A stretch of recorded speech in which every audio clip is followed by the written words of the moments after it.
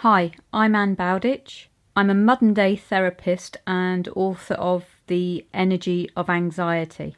I deal with children, women and men in my work and help them work through a whole range of issues. Today we're mostly talking about anxiety and, to a degree, depression type issues, and more specifically towards men. I want to start closer to the beginning of the issue, because what I sometimes find when I'm contacted by guys to address what they're feeling and the problems they're having is very often they don't recognise what's going on for them. They're a bit unsure what the symptoms are, and they have a lot of mixed feelings about what they're experiencing. Anxiety really is, you could say, a build-up of stress. And something I always believe is that stress has to go somewhere. For some people, it might come out more in their physical well-being. For others, it might come out in terms of emotion, so crying more or more angry or frustrated, those sorts of emotions. And for a lot of people nowadays, it comes out in anxiety. And just so you can maybe recognize some of those anxiety signs, so you can begin to see whether this is what you are experiencing. Quite common signs of anxiety are things like clammy, sweaty hands. You often feel your heart racing. You find you can't think clearly, and you're tending to think on the negative side and creating all types of worries in your mind. And you can't shut down from those worries. They really do take over. Your digestion tends to shut down because all the blood's pumping more towards your heart and towards your working muscles. Your digestion might feel almost a bit tight or painful in there, and it may impact your bowel movements. Your jaw is often tight because the stress is holding it tight. You may find that your breathing's quite fast. You may feel nauseous, and you're probably feeling on edge. That's just an indication of some of the more common signs of anxiety. At this point, I'd also add that although I'm talking more in terms of men, sometimes for women, they will have exactly the same feelings towards anxiety and where they're at as guys do. So even though this is more for guys, it's not that uncommon for women to experience the same types of feelings about what's going on with them. Also with anxiety, it can impact your sleep, and that in turn again impacts the clarity of thinking. It tires you out, so you begin to feel worse and you get into this spiral, and that obviously then can impact your general well-being and health. So that's what you may be experiencing in terms of the sort of more physical and, to a degree, some of the more mind type issues. Now, in terms of guys, we talk about the fact that you don't very often talk through your problems. You tend to just hold them all in. And that can be part of the reason why the anxiety for you really builds up. And also, it can be difficult for you just to express certain emotions. A key reason why I believe guys can struggle more, firstly to identify mental health issues and also to come to terms with them, is actually down to the ancestry. Centuries ago, your role was to catch food, to bring that food home, and to create a safe place for your family. And that was about it. You didn't have to deal with all of the other elements that you now have to deal with nowadays. There's the social elements, there's dealing with a boss, there's dealing with colleagues, dealing with extended family, also dealing with things like split families, what's going on for your children and the complexities there, and of course your partner, or if you're a single parent bringing up a child whilst trying to hold down a job. So there's a lot of change that's happened, and in a way I suppose the guy's brain has had to evolve to deal with that. And I think largely, not just guys, but females as well, on some scales we have evolved hugely over the centuries, and in other ways less so. It's almost like life is going at too fast a pace for our natural growth to happen. The fight or flight response is very similar to what you'd have had to do in order to feed your family and to keep them safe. But you would have been able to go and fight or to run or to do what you needed to do, and you'd have got rid of those stress hormones in doing so. So those stress hormones that you're experiencing, the anxiety hormones known as adrenaline and cortisol being the main ones, that's the same response that you'd have had when humans lived in caves. And life actually was much simpler then, really, much less complex. And there weren't really emotions as such for you to deal with, because you wanted to keep your family safe and you had to get food on the table as such. So that was it. So it was a lot simpler. You didn't have to deal with emotions about how you felt about this, that, and the other, and some of the things we'll discuss and get onto. But nowadays, if you think about it, men's lives are not too dissimilar to female lives. And in some cases, there's hardly any difference at all. Lots of guys now have more sedentary jobs, as do a lot of women. I recognise that's not everybody, but a lot. We deal more socially with people. And that's quite a big aspect of where anxiety can come from. So, in terms of ancestry, guys went from I need to kill and I need to keep my family safe to now dealing with bosses, colleagues, family situations, the extended families, dealing with what's going on for their family. So there's a whole host of extra emotions, and in some ways where we've evolved immensely on some levels, in other levels we haven't. And I'm talking really in terms of humans, not just men, but humans haven't evolved the same.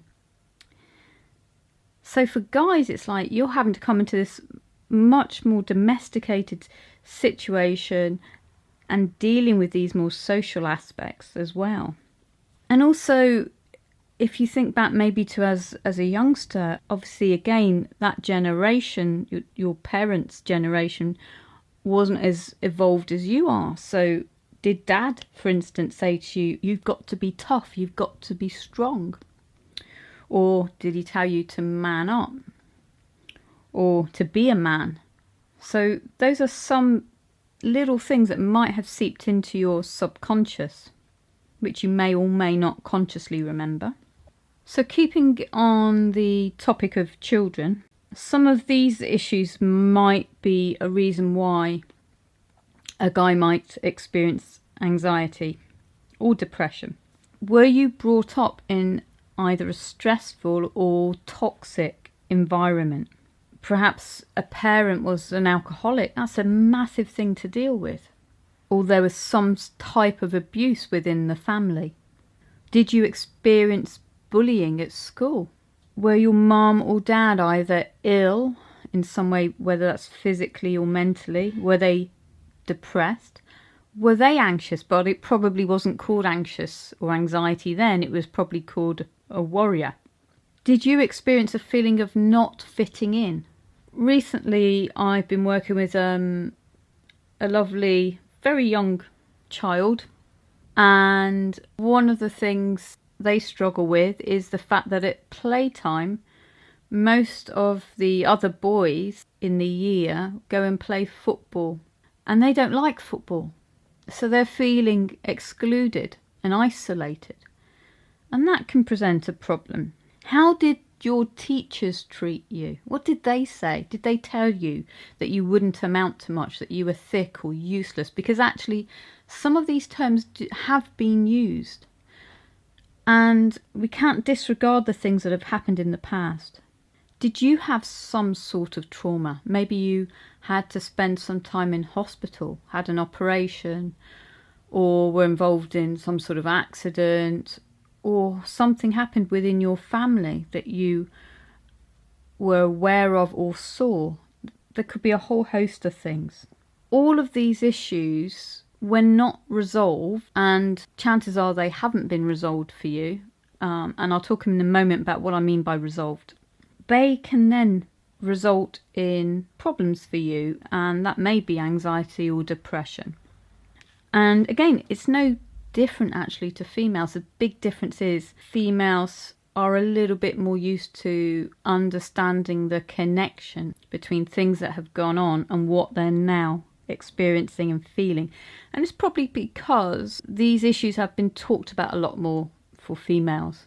And if you do recognize some of those signs, then it can be a positive, because if you're willing to address these issues, you can end up in a much better place. That guys do often feel about mental health issues is they see them as a weakness. And this is a really old-fashioned take on it. Times are moving on massively, and we're recognizing that guys are experiencing very much the same issues as females. And why not? Because you're living in a very similar world nowadays. Things have moved on. Actually, very often, things like anxiety and depression are a sign of great strength, because it might well mean you've put up with an awful lot and you're still here and you're still somehow functioning. And when I'm working with my clients on all sorts of issues, and we address some of the past issues that have happened to them, or they tell me about them, the thing that amazes me so much is how incredible people are, and how they hold down their jobs and they can achieve so much. Often, a family life, and even though they're suffering immensely, they still function somehow. They're still good people, and that really impresses me. So often this can be a sign that in some way you've put up with too much for too long. And seeking help is definitely not a weakness. Again, it's a strength. It's a wise thing to do. Women often feel the same as you do. They often feel that they should be able to deal with the problems. But in reality, we all need some guidance at times, and to see the right people. If you have a bad back, you see a chiropractor. If you have toothache, you see a dentist. So it makes sense to address any of the mental health issues that you have with a practitioner. And in fact, if you address the problems as early as possible, then you can often be back in a good place a lot sooner. So even if the anxiety and depression are related to more recent situations, get some help, get those situations addressed sooner, and that will probably mean you'll need less therapy sessions and you will be in a better place sooner. Your subconscious mind is effectively a massive library or database of your life. So every event that's happened to you, whether you consciously remember it or not, is stored there in your subconscious mind. And from my experience in working with my clients, the best way to address these issues is through accessing that subconscious mind. So I use different techniques. The most commonly known are hypnotherapy, and also techniques such as emotional freedom technique. By settling those memories in the mind, it really helps you to create a calmer base of mind and mindset. We can help you achieve more self-belief, which is often linked to anxiety. But the mind begins to settle. It doesn't see the problems the same as it does while those issues are unresolved. And that's why I favour working with the subconscious over what I call conscious therapy largely, which is conscious therapy is more talking things through. And that's just because I've seen such incredible changes with people. I will do some more podcasts on men's mental health, but in the meantime, my book is available on Amazon or from me locally in Guernsey. Just a reminder, it's called The Energy of Anxiety. And also, if you want to view more information There's some YouTube videos, and those are under my name, which is Ann, A-N-N, Bowditch, Bowditch, author. Or you can view my website, which is www.hypnotherapy.gg. And I also currently have a website, which is www.energyofanxiety.com. So lots of information available to you. I hope this has gone some way to helping you understand things. I've got plenty more to share, and I'd love any feedback. And if you have any questions, you can contact me via my website. And thank you for listening.